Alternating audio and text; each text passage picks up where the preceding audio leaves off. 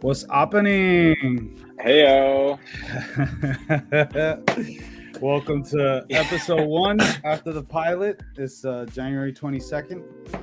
This is the Adaptive Podcast. Here are my brothers from other mothers, Len and Ed.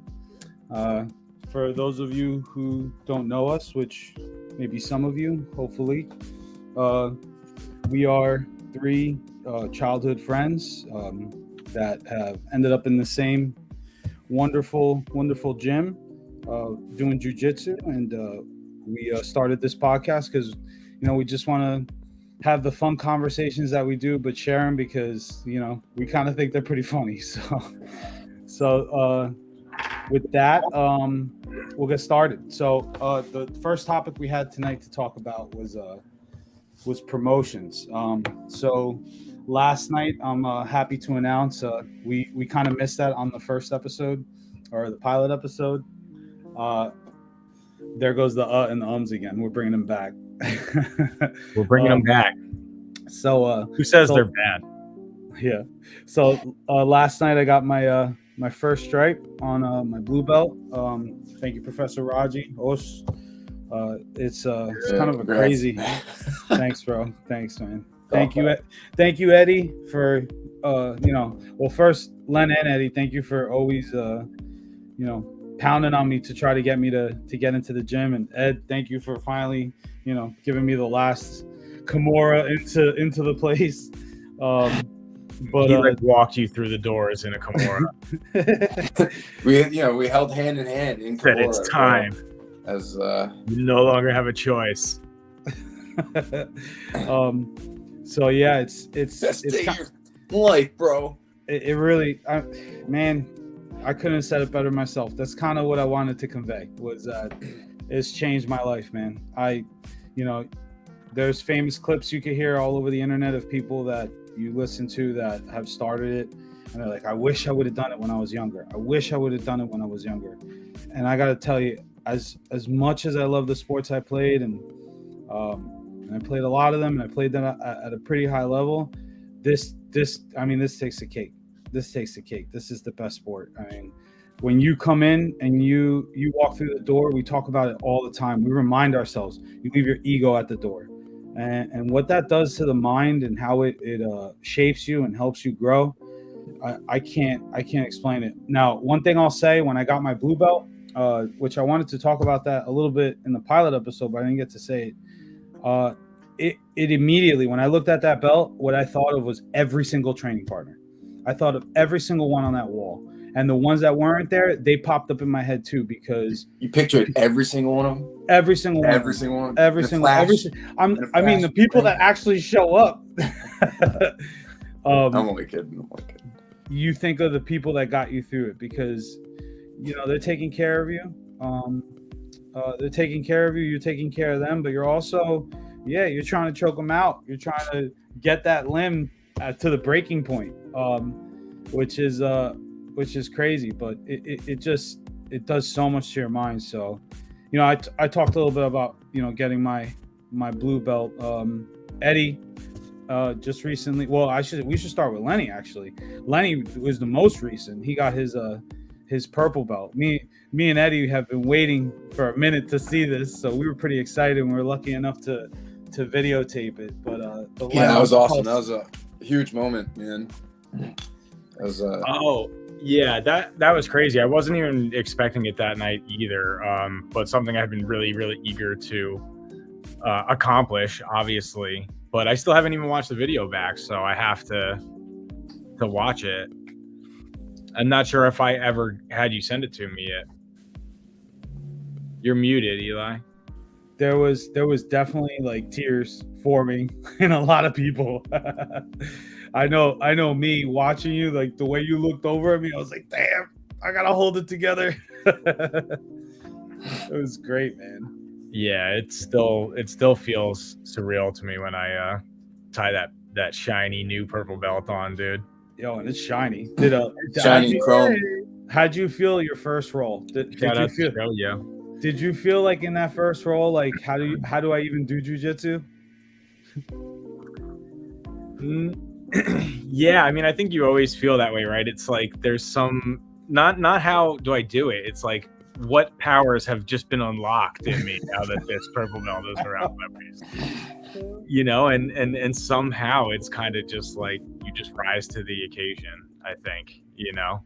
I think anybody who's kind of on the verge of promotion maybe feels in their head maybe not ready or maybe more ready, depending on the individual, I guess. But I still think that once you do it, it does change something, even physically, which is kind of inexplicable, right? That's how I feel about it. That's the magic. That's the magic that happens. It's like for that one. It's like for that day. It's like for that day. It's like I'm like, shit right now. You know, you're like fucking on a high. You know, I'm fucking such a I don't know. For me, it was like that. Yeah, I was totally shocked when I got my brown because I literally got my 4th stripe on my purple like a month before. So I was not expecting it. You know, I mean, I never really try to expect it anyway. I just try to show up and train. I'm like, yeah. When it happens, it's like, oh, dude, this feels amazing. It feels awesome. It feels even better when you're not really putting pressure on yourself to like be like, I need to be at this, you know, like level or whatever. It's like, but the reward when you get it, it's like so much sweeter because you're not expecting it at all. Because you're not like, for me anyway, because I wasn't thinking. So that day I was like, all right, I was like, oh shit, are you sure? I was like, you sure? You know, like came out. But like, I remember I did the first roll with Malcolm. And he got his purple belt that day too. Shout out to Malcolm. And it felt cool. It was like we both had like an amazing roll. It was like just like we looked like 2 Tasmanian devils just scrambling and shit. And I felt like he was doing cool shit and I was doing cool shit. I was like, yeah, and walked away like, yeah. You know, and then I was on to the next guy and I'm just like doing moves that like, I don't know, everything seemed to be in like flux. You know, I was just like smoothly working through like variations of moves I've already been doing, but like easier, you know. It was cool. At least for that day, and then like you plateau in like 2 weeks, and you're like, "Fuck, I don't know jiu-jitsu anymore." Yeah, you know it's cool. You know, just obviously, your professor, a lot. You know, not obviously not on every single promotion, but he may give you a message like while he's giving you your stripe or whatnot. I'll keep what you know Professor said to me to myself, but Professor Joe, you know, I gave him honor after I got my promotion as well. And when I gave him a hug, he said, you got your first stripe. Now you really earned that belt. Now defend it. And it's funny because Ed, you said like the pressure is like relieved, but at the same time, you got to turn it up a notch now. Like you have to unlock to Sight Lenny. You got to get that Xbox achievement at the bottom of the screen and unlock like a new level to make sure that, you know, you're not going to lose it. The muscle memory is there. Speaking of, look at these beasts right here. Congratulations to Samir on his 3rd stripe on his purple belt, and Bradley with his 2nd stripe. Super tenacious individuals. Look at you over there, bro. Yeah. With your stripe that's almost out of the picture. I'm a 1-stripe blue belt that still can't tie his belt. Dude, it was all angled. It was angled, almost like wrapped around you. Oh, I love that picture. Yeah, this is a great picture. So, Richie, hope you're feeling better. Yeah, but look at that face, bro. Yeah, can you zoom in on that? It's great.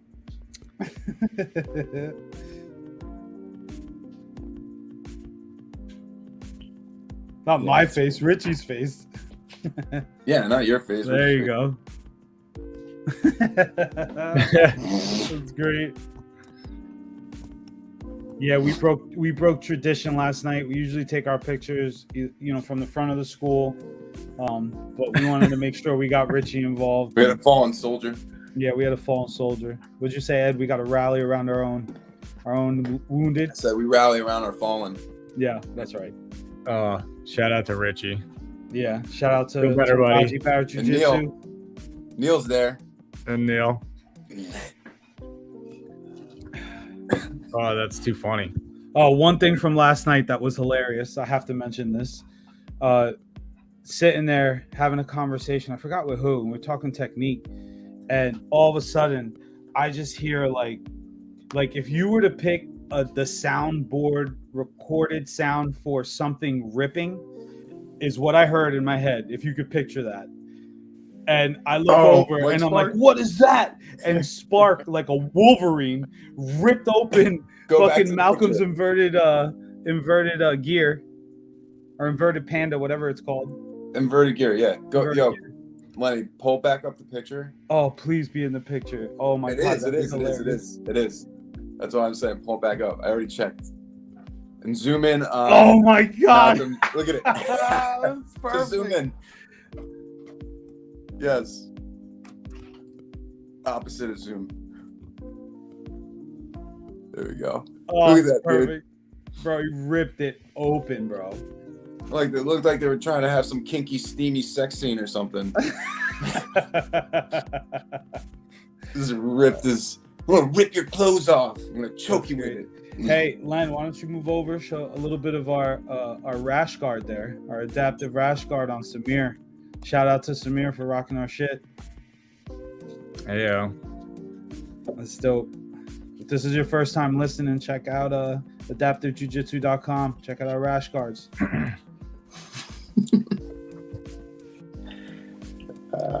Yeah, man. All right, so you guys want to go over the fights? Yeah, why don't we touch on this Craig Jones, Pedro Marinho. What was the event called again? It was WNO. It was a flow grappling WNO. And that was like at their headquarters or something like that, right? Yeah, which they should probably work on their where was it? lighting. Georgia? Yeah, I think it was in Georgia. I don't know. I have no idea. Actually. I just probably made that up. No, I think you're right, dude. I thought somebody said that last night. So thanks Raji for hosting last night. We watched full grappling, watched some good matches. We saw we saw what was her name? Amanda Tubby Alaquin. I mean, what a nickname, like Tubby. It's not like she was big or anything. Apparently she just got that name at one point or another. We saw one of the brothers. What is his name? I almost forgot it. Yeah, he won. Yeah, nice transition to a knee bar. His name's Ty, right? Ty Ruotolo. Yeah. From the Atos gym. From Galval. Yep, that was a WNO welterweight title match, and he won that. That was a beautiful transition too, man. The way he he made it look easy, honestly. And then there was the Nicky Rodriguez Elder Cruz fight. Wait, guys, so we have a live comment here actually from Joe Chris. This was at 40, so we missed it. Keep trying, Eli. You'll get it. That's great. Shout out to Joe. Yeah, shout out to Joe. Thanks, Joe, for tuning in. Joe should probably be on the side, and he should be the one that's like correcting us on every mistake we make. You know, if we had like live audio from him. It looks like he's on the job. Oh, it's great. It's awesome. So anyway, the main reason we wanted to bring this up was because there's some information about like the Craig Jones Pedro Marinho fight that I wanted to discuss at least. So just a quick recap. From what I saw, it was pretty boring. Neither one wanted to give up too much, and obviously Craig Jones has said that he'll never pull guard again. I think he pulled guard last night, if I'm not mistaken. He did. He didn't do it for a while, right? But it was like a boring match because of it. Like nothing was happening. It really was. And then finally Pedro passed his guard, and that really is what created the conclusion there. But so Craig Jones lost, but we were talking about this last night. Like, I just don't understand the allure of like what Craig Jones is trying to do. Like, his jiu-jitsu is great. If he was trying to be a heel, like, I would get that, but it's like he's trying to be funny, and like, I don't know, he's pushing the like the gay shit, like playing like gay chicken, Like it just seems stupid. And then he's got the Plan B rash guard, legit rocking like abortion on his rash guard. And then on top of that, he, you know, I don't know if anybody saw that clip. See, he's triggering you, bro. That's what he's doing. He's trolling you, bro. So all right, fine. Don't be trolled. He's trolling me, but what about the rest of the people who are watching this? Like, what is that doing to the sport? I mean, like, what, for example, like when he's talking about his cameras, he said that he was going to put up these security cameras in his gym, and he had a video of it showing the cameras and everything like that, and he's talking about like. What are you gonna say? You know what he's trying to fucking do? He's trying to appeal to like a bigger audience to bring in a more entertaining aspect of it, because drama brings in more people just because of drama alone. It might not even be in the jiu-jitsu. Maybe it starts bringing more viewers. Like that's kind of like the Gordon Ryan thing, you know? He's like, he's trying to be like a heel in the sense that he's just gonna talk mad shit on social media so everyone can hear him being like intimate in the sense that he's just talking shit to guys to like rile them up and then rile it up on social media so people are interested, because people like drama, people like controversy, you know? And yeah. I think Craig Jones, as douchey as all the stuff that he's put out, whatever, I mean, I'm not into it, but like I see why he's doing it. He's poking the bear in you, even, you know, you're coming out, you're like, this fucking guy, who cares? Fuck him. Well, all right, I'll give you a comparison to another sport. Antonio Brown. So Antonio Brown is he bursts on the scenes as a Pittsburgh Steeler, and he is legit. Like, you look at him, and people were saying that if he played an entire career, he could stay healthy, that he might go down as the greatest wide receiver ever. That's the type of talent this guy was. Then obviously, like you just said, he's real douchey, ruins his career. He keeps making stupid mistakes. Most of his mistakes aren't the type that put you in jail. They just put you in a bad light with the people that are paying you.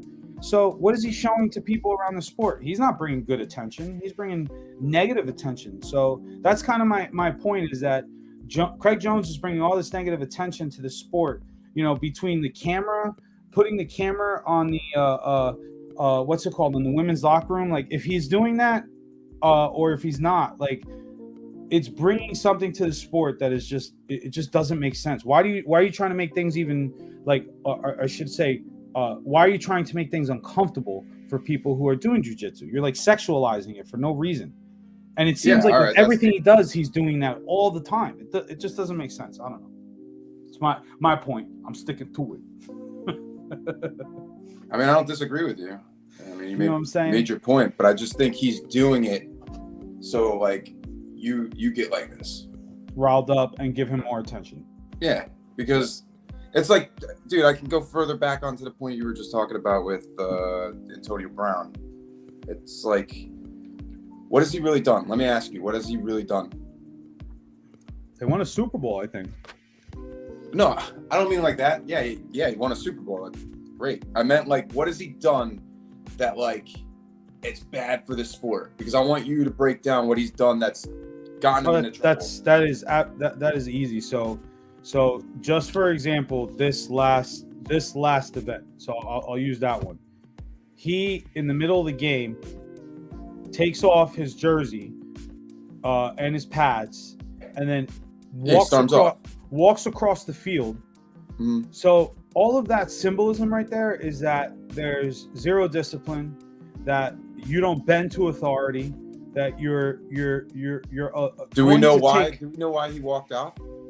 Yes, he states that the coaches wanted him to play hurt, and he said that if you don't play, this is what he's claiming, that he would that they would let him go, that he wouldn't play no longer with the Bucks. So he was like, fuck it, I'm gonna step off the field, I'm done, and that's why he took off all his shit. Mike Evans tried to stop him. Mike Evans tried to talk sense to him. Mind you, this is an Antonio Brown who Tom Brady let live in his house. I don't know the extended amount of time, but it was definitely time, because Brady even talked about him sitting at the table having dinner with his family and him coaching him, talking to him about like, we're gonna win a Super Bowl. Like, all you need to do is be yourself. Just don't go out of control. But so you asked me a question, what is this bad for the sport? Well, you're watching kids. These are as much as they No, don't no, want to no. be. No, you Go don't ahead. have to explain that. That's not what I was actually asking. I just wanted to know. I wanted you to point out like the things he's done that, yeah, I guess that is bad for the sport. You don't have to explain why it's bad for the sport, but like that, the incident there. What was the other incident that got him kicked off the Raiders? Well, he was on the Raiders. They didn't even start the season. He, I don't remember off the top of my head exactly what happened, but I remember it was. It was yeah. I'm drawing a blank right now. But and just like that, he's a distant memory. He was fined for an incident with, I believe, one of the coaches. Conduct detrimental to the team, and that was. But he didn't even play a game. No, he didn't play a game, but he got suspended after that, and they wouldn't let him play. Right. I don't know. It's just my point again. What my overall point is, I get the attention part, and that's why I mentioned being a heel, but it just seems like, think about it this way, bro. Like we just talked about before about leaving your ego at the door. Like there's a reason why we're constantly honoring each other in the gym and saying thank you and os, because there's a certain level of respect and there's certain levels of emotion and mentality that change when you get on the mats, when you walk into the gym. There has to be a certain mindset and you share it. Because if you don't think he's different when he goes to different gyms and trains? You don't think just maybe like a persona he puts on? I'm sure it's a persona he puts on, but again, it goes back to being a role model. And now you got people entering the sport doing dumb shit and then hurting people, and it leads people to not want to do jiu-jitsu because now they're following these assholes. That's my point. So you're generalizing. All right, because I was going to say, it's not like he goes around doing fucked up things that people will make it, Yeah. Does something. So let's move on. So let's talk about tonight's fight, Ngannou and Cyril Gane. It's funny. Now every single time I say his name, I think of a meme. Thanks, Joe. Thanks again, Joe. Yeah, thanks, Joe. I don't know if you have the meme, Lenny. If you could bring that up, that would be hilarious. All right, so Yeah. we got tonight the heavyweight championship fight between Francis Ngannou and Cyril Gane. I know Cyril Gane is like 10-0. He's undefeated. He's been looking, dude. He's the interim champ for a reason. I watched his last fight with Derek Lewis actually earlier today, and he was just like, dude, he was on his feet springing around like a kickboxer, and he was so smooth and in and out with his footwork. His footwork was beautiful, not just in and out, but circling side to side and everything. And I felt like he might be a lot of trouble for Ngannou, man, because he's not going to be easy to hit with. Power is not really relevant when you're not there to hit. You know what I mean? Mm-hmm. And he just against Derek. It was Derek Lewis. He's kind of fat and slow, but dude, he looks like a lightweight out there, a heavyweight. His movement and stuff like that. So, Ed, do you think that? So, have you ever seen Cyril try to take anybody to the ground? Yeah, dude, he even clinched. He did great clinch work against Derek Lewis, who's a big guy. You know what I mean? He's like 6'5" or something like that. So he had him against the cage, and he had him like, pretty much an underhook and like overhook on his forearm. He's throwing knees to his stomach. He's, throwing knees to his legs, and Derek Lewis couldn't really get out of there until he fucking tripped him, and then they kind of set back on their feet again, and he just started peppering him with jabs, and I think it got to the fourth round. And I don't think have we ever seen Ngannou on the ground? Yeah, against Stipe. Stipe brought him to the ground, but it was more like in turtle position ground. It wasn't like he got him in side control or anything, but he see, the thing is, he improved so much against Stipe and Ngannou. And but it was because he mixed up everything and he took his time, and he mixed in wrestling where he took Stipe down to a turtle position. He was just raining punches on him. He was hip to hip, just raining punches on him, and Stipe tried getting up, and he's just hitting him from the back. And then they turned around and squared him.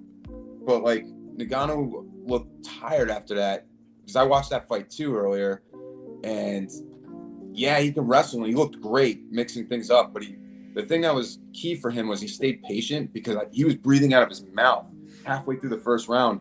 And like the real test is if Ciryl Gane puts him in a clinch and he's kneeing him and he's doing dirty boxing and he's putting his weight on Ngannou, then he could get tired. And then as the fight goes on, that'll favor Ciryl Gane, I believe. But again, like Ngannou's got ridiculous power, man. Like he hits you. I don't even think he needs to hit you perfectly, but if there's one thing I'm interested in, it's that reach. That he's got a little more reach on Gane. We got a question here in the comments. Noisy Films asks Travis Brown, another big heavyweight who could move like he was at a lighter weight. No, did you say Noisy? It's No Side Films. Ed was my brother. Oh, that's your brother?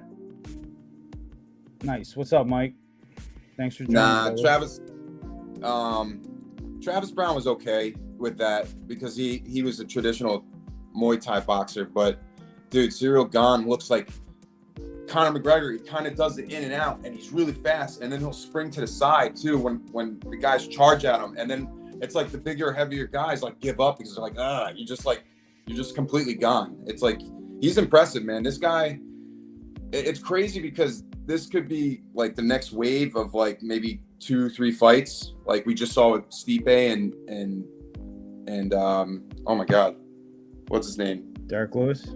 No. Stipe and Daniel Cormier. And that went on for like 3 years of their fight because they like fought once a year, you know what I mean? So it was like you felt like they were literally, both of them were heavyweights for the llast 5 years. They were either one of them was a heavyweight champ, I mean.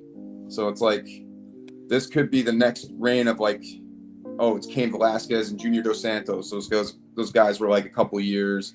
I know Fabricio Verdum won it off of Cain, but he had it for a little bit, and Stipe had it. And Stipe had it for the longest reign of any, heavyweight. But yeah, I think these two guys are just going to be the face of the heavyweight division for a little couple years. Mike wants to know if Jones is done. I don't know what's going on with them because it even seems like Dana White. I don't know. I always tell when Dana White is like trying to get something out of his fighters, he's like douchier to them, and it's like I'm gonna make you like basically you're not gonna get what you want. It's like he makes it really hard for certain fighters, and John Jones is one of them. And he's like, I don't even think he's gonna fight a heavyweight. It's weird, but it's like supposedly that's his next fight. He's gonna fight. He told him to stay home. He told him not even to go watch the fight live. Like that's a weird thing to say to your pound for pound best fighter ever. That was the light heavyweight champ for, I don't know, 8 years. Pretty ironic that we talk about Craig Jones, we talk about Antonio Brown, and then we bring up John Jones. So there's something about the douchebags that just keep us entertained and we got to talk about it. Well, dude, Floyd Mayweather, I think, made the blueprint for wait a second. It makes you tune in to watch him lose. With Floyd, you got it. So this is, man, it's so funny. Like throughout my entire life, I always wanted to just finally get like the one thing that like I could just hate Floyd Mayweather with and just think that, he sucks. But he is pound for pound, possibly even the greatest boxer of all time. It is unbelievable that his defense. He's the greatest boxer to never get hit. Yes, I always, that is the argument, but at the same time, it's like if you're getting hit. No, I agree with you. Think about that. I mean, like it's not entertaining to us because we want to see two guys kick the shit out of each other, right? Yeah. But like you have to give it to him because defense is boxing. Exactly. He's just outboxing a guy, and he makes you miss like 100 times, and even if you connect 15 times, those are way more significant than all the misses. So it's like, what would make you the ultimate fighter in MMA, in any martial art, and in anything any type of combat sport? It would be that you take 0 damage. Is literally the like the epitome of being great. Like you could take somebody out and take 0 damage, and you're the winner. It's not the same for MMA. I've seen guys take 0 damage and just. And just lose the decisions because they're getting crotch sniffed, as they, Masvidal or one of those guys would say that hate fighting those type of fighters, who's I don't want to say Chael Sonnen because he punches a lot, but there's guys that'll just hold you down, and like they'll throw like one little punch and it didn't even land, it was blocked or something, and it's like they just controlled him. I've seen fights like that, so it's like, well, that fighter lost, so he's not the greatest ever. Floyd's never lost. It's funny, Joe. I can't remember the guy's name who clipped Floyd, but I remember wasn't that in his last, not the McGregor fight? It was before. If I remember correctly, it was even before Pacquiao. So it was a while ago. But when he clipped him, Jake Shields, that's his name. So he clipped him, bro. What I thought right there and then, I was like, yes, he's gonna have a glass jaw and he's gonna suck. Because even then, he was pissing me off. It was. You know what's funny, man? You want to hate how many years Pacquiao and Mayweather fought in 2015? It was probably a span of like 3 to 4 years. Yeah, you know what I'm about to say? Is that why you ain't? No, and it was 2000, dude. It was like 2004 was their 2005 or 2006 was their first fight. Who are you talking about? Pacquiao and Mayweather? Yes, their first fight was like 2006. They never fought. They fought once. What are you talking about? No, they fought more than once. 2015 they fought. Pacquiao, Mayweather. Am I fake news, bro? Fake news? Maybe I'm wrong. Fake news. That's why it was the biggest fight ever. Fight of the century. May 2nd, 2015. There you go. Mike just shouted out a good crotch sniffer. Jake Shields, you remember that guy? Lenny probably remembers him. He fought GSP. Yeah. For the world. GSP beat him. But. No. Eddie, you're right, by the way. Pacquiao. No shit, that's why it was the biggest fight ever, because it was that fight happened like 5 years outside of Pacquiao's prime. Like, I remember us talking about that in like 2008, 2009, 2010. And it was like, this fight's never going to happen. And then like 2015 rolls, Pacquiao's in his late 30s. I guess Mayweather's in his mid 30s at that point, but still has, the youth on his side. And I felt like he was a smart businessman. He knew how to play it a little safe too, pick his opponents. He fought Canelo when he was like a baby. You know what I mean? He changed Canelo, man. He did. Canelo, I actually saw a really cool breakdown on Canelo when he would throw his lead hook. He would throw his lead hook and then kind of stiff arm your face. And you almost feel like in that moment as you got hit, or if you're trying to move out of the way from his hook, it's like by doing that, the guy still is covering up because he feels like he's getting punched with the other hand. Then he comes over with a right. It's pretty nice. Another fighter who's... What am I reading? When you go to make breakfast? Oh, you finally found it? Yeah, I finally found the meme. So let's round it out. If you guys want to make your final predictions for tonight, because we're well over 30 minutes. So let's do that, and then let's make some shout outs and, call it a day. All right. I'll go first because Ed, you should go last. You've got the most knowledge here. Who'd you say? You said Cyril? I think Cyril Gane's gonna win. I'm going Ngannou. I think his reach is going to be the difference. How do you think he's going to win? Knockout. I think he's going to knock him the fuck out. What round? Third. Third?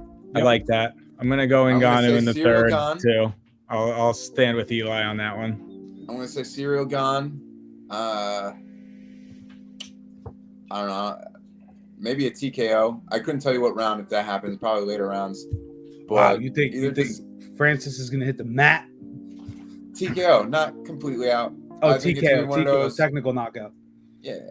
TKO. He's going to get him on the ground, punch him hard enough where he can't really defend, and ref comes and I don't know. For our friends listening at home, go ahead and post your predictions. We'll bring them up on screen. Talk about them real quick. Yeah. Joe, Mike, you still watching? My brother hasn't really watched. I'm curious though. Maybe he's seen highlights of both these guys. Yeah, we've got a few live right now still. Anyway, I'll say if we get any comments here in the meantime, one thing that I'm really excited for with us doing this podcast is that I know that my knowledge of UFC is going to grow. My knowledge of the jiu-jitsu community and the what's it called, our leaders in that sport, I'm going to become more familiar with, and I'll be able to match Eddie in some sense. But until then, I'll be doing a lot of research, so have a little patience with me. But I'm enjoying it so far, man. This is great. I don't know shit. Don't make me feel like... don't. You're too humble, man. You know a lot about MMA, bro. Anything you want to say, Len? Yeah, guys. Thanks a lot for checking us out tonight. It was awesome that you were commenting, and we hope to grow that. Send us your ideas and stuff. Having you here interact with us just makes it more fun, and it's really awesome. Also, the platform that we're using makes it easy for you guys to come on camera with us too. You don't have to download anything. So if any of you are interested in that, just shoot us a text next time, and we'll bring you on for a couple minutes or for the whole show. That'd be awesome. Check us out at adaptivejujitsu.com. We have rash guards for sale. The podcast, of course, is brought to you by Raji Barrett Jiu-Jitsu. Follow him at Raji Barrett. Is it Raji Barrett on Instagram? Yeah. That's okay. Yeah. Follow him on Instagram. You can check his website at rajibarrettjujitsu.com. We'll be posting his schedule and all of that. Right now, we're just sharing our featured black rash guard. They're available now on the website. So you guys go ahead and check them out. And thanks for tuning in. Thanks for tuning in, guys. Later.